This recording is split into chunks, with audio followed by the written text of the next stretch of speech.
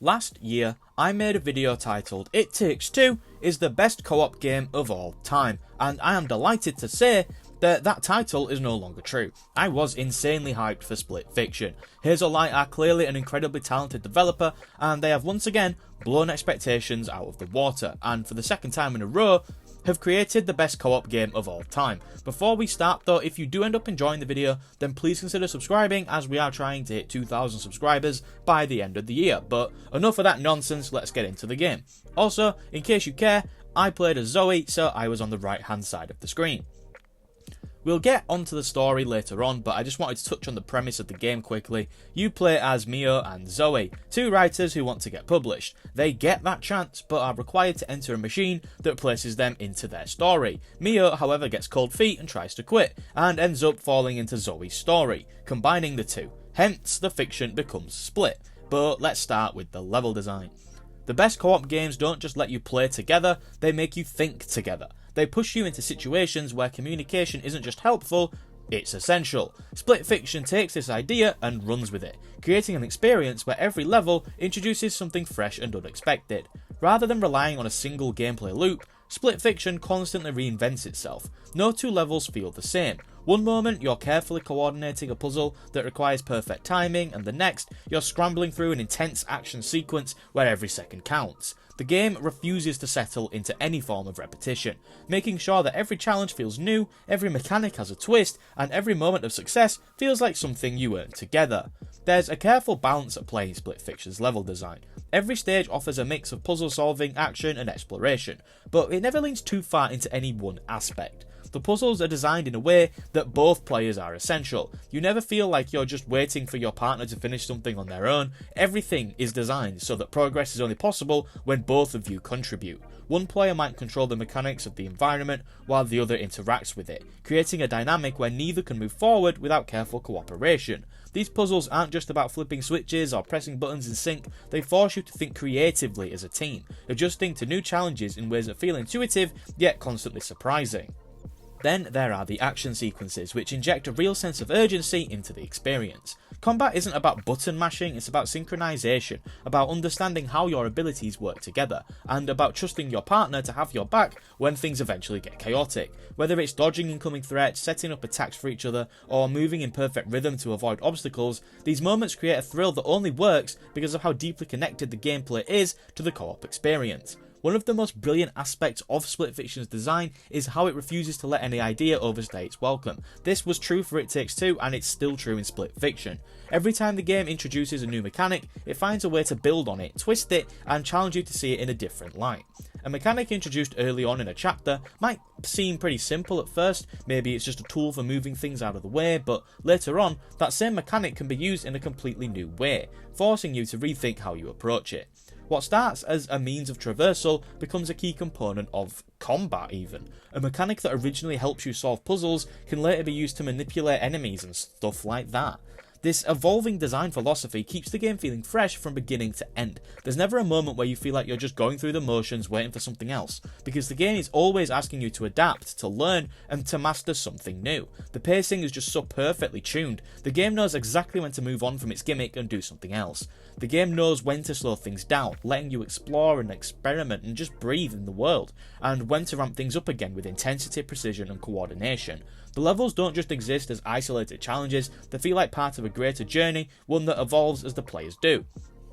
One thing that I noted in my It Takes Two video was that I felt like It Takes Two was a game that you could play with literally anybody. I think you could play that game with somebody that's never held a controller before, and I know that because I actually did that after my initial playthrough, and it does work.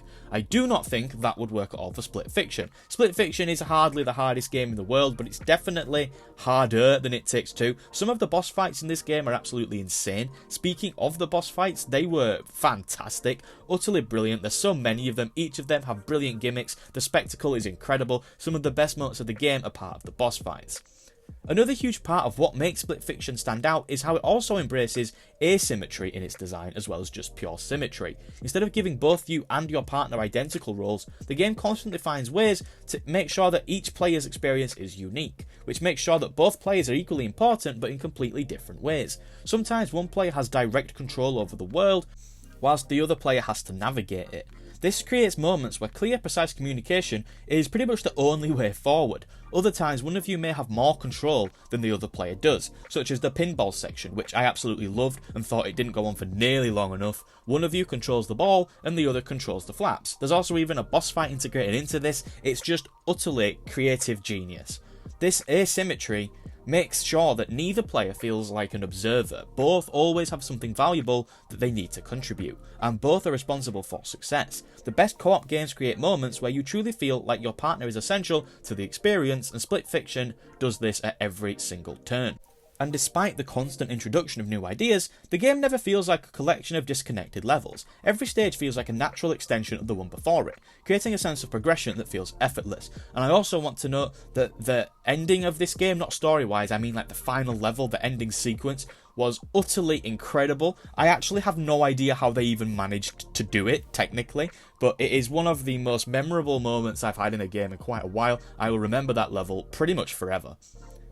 The main reason that Split Fiction works so well as a co-op game is because its level design is built entirely around its teamwork. It doesn't just encourage you to work together, it requires it in ways that constantly feel fresh. From the way mechanics evolve to the way that each level finds new ways to challenge you, there's never a moment where the game feels predictable. You're always learning and adapting and improving as a team, and that's what makes every moment feel so satisfying. A game's world is much more than just a backdrop. A lot of the times it could be considered a character in its own right. It sets the tone, it shapes the mood, and it immerses you in an experience that feels tangible and alive. Split Fiction understands this a lot better than most co-op games do. From the very first moments, it pulls you into multiple, breathtakingly crafted worlds, reflecting both the game's narrative themes and the emotional journey of its characters simultaneously. What makes the visuals so striking isn't just their beauty, although look at it, it's the contrast. The game's environments aren't uniform. They feel like they've been pulled from different genres, stitched together in a way that feels both surreal and cohesive. At times, the world is sleek and futuristic, filled with neon-lit cities and towering structures. Other times, it transforms into something a lot more organic and whimsical, with overgrown ruins and floating islands and landscapes that are just pure fantasy brilliance. These visual shifts aren't just there for variety, they serve a much deeper purpose. They reinforce the themes of creativity, conflict, and the collaboration that runs through the heart of the game. One of the most impressive aspects of its art direction is how effortlessly it blends two distinct visual styles. On one side, you have a world shaped by rigid structures, advanced technology, and metallic surfaces bathed in artificial light. This is Mio's world, and she's a lot more rigid than Zoe is. But then, on the other hand, you have landscapes that feel almost painterly, lush, organic, and filled with impossible dreamlike elements, which reflects the optimistic nature that Zoe tries to keep up. This contrast isn't just an aesthetic choice, it's a fundamental part of the storytelling. The visual differences reflect the two protagonists' opposing creative visions, their clashing personalities, and the tension between their worlds. It's a visual representation of the journey the characters are on, one that evolves as they do. Beyond the diversity of the environments, Split Fiction's world is such a visually powerful experience due to its cinematic approach to lighting and composition. Every frame of the game feels meticulously crafted, as if it were concept art that's just been brought to life.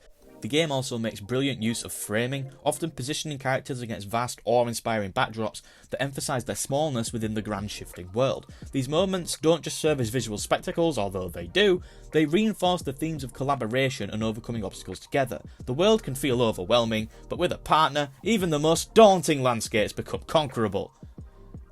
Moving on. A game's visuals can do a lot more than just impress. They can tell a story, evoke emotion, and create a sense of place that lingers in your minds long after the credits have rolled. Split Fiction isn't just beautiful in a conventional sense, although it is. It's beautiful because every artistic choice is tied to something deeper. The contrast between styles, the cinematic lighting, the attention to detail, and the way the world evolves as the story unfolds all work together to create an experience that feels visually dynamic and emotionally resonant. Unlike games that throw you straight into high-stakes drama immediately, the story of Split Fiction takes its time to get good. The opening hours feel almost restrained, letting the relationship between the protagonists unfold gradually, not through exposition-heavy cutscenes, but through gameplay itself. At first, there is a noticeable tension between the two characters, Zoe and Mio. They're reluctant allies, forced into a partnership that neither of them asked for. Their dialogue is curt, their interactions are stiff, even the mechanics reflect this disconnect. Early challenges are incredibly simple, requiring only basic cooperation, as if the game is giving both the characters and you the space to find your rhythm. But what feels like a slow start is actually the foundation for something a lot more rewarding.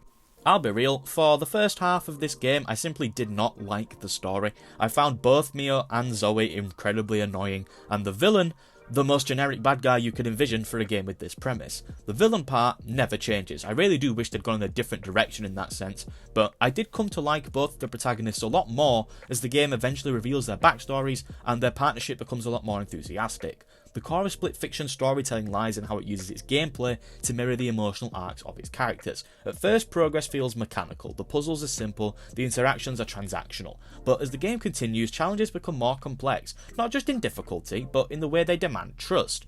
The layered mechanics of the game make you rely on each other a lot more. The game always makes you rely on each other to progress, but later levels require you to rely on each other to not die. There are much more moments towards the end of the game, for example, where you can kill your friend just for fun.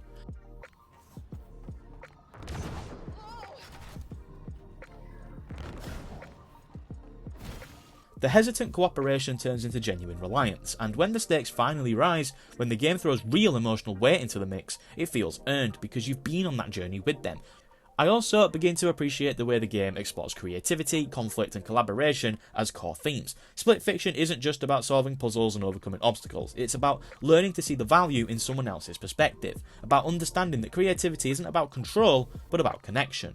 As the game reaches its later stages, those themes become a lot more pronounced. The world itself reflects the character's growth. The challenges stop being about individual problem solving and become about truly working as one. And then, just when you think you've settled into the rhythm of it all, the game will deliver some moments of quiet emotional impact. Cutscenes that don't go on too long. There are very few cutscenes in this game that are longer than 2 minutes, but they say a lot without actually saying a lot.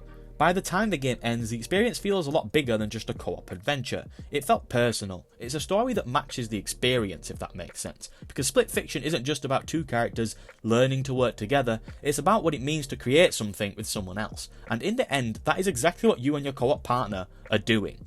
Great storytelling isn't always about spectacle. Sometimes it's about the moments in between, the small shifts in trust, the unspoken understanding, the realization that the journey has changed, the subtle dialogue changes, the certain facial expressions that move. Everything gradually becomes a lot nicer. And look, I'm not going to pretend that this is a video game story for the ages, because it's not. I wish it was a lot better. But at the same time, Split Fiction proves that a co-op game can tell a story not just through dialogue or cinematics, but through the very act of playing together. It starts slow, but that's exactly why it works, because by the end, when everything comes together, the characters, the world, the mechanics, you've become a part of the story. A great co-op game isn't just about playing together, it's about thinking together, solving together, and creating together. It's about the moments when everything clicks, when the mechanics, the visuals, and the story stop feeling like separate pieces and become something far greater than the sum of their parts. That's what Split Fiction gets right. It keeps you on your toes, constantly throwing something new at you, making sure that just when you think you've figured everything out, it asks you to go further, to trust more, to communicate better, and work closer than ever before. And by the time that the credits have rolled, it leaves you with something rare. A game that isn't just fun while you're playing it, but one that sticks with you long after you've put the controller down. Split Fiction will absolutely be very, very high on my Game of the Year list, and at the time of recording, is definitely top on that list. But for now, that is all. If you enjoyed the video, then please make sure to leave a like, and remember, we are trying to hit 2,000 subscribers, so please subscribe if you enjoyed. And for now, I will see you whenever I make another video. I upload at least once a week. Have a nice day, and goodbye.